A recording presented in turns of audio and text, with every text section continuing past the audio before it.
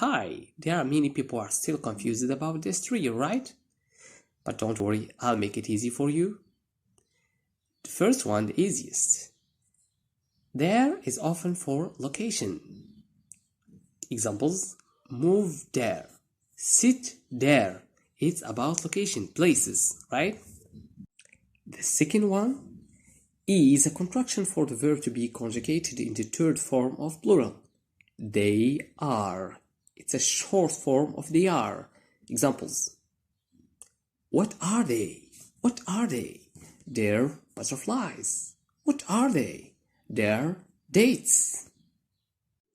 And the last there is a possessive pronoun for they, which means that it deals with belonging. For example, this pen is my belonging.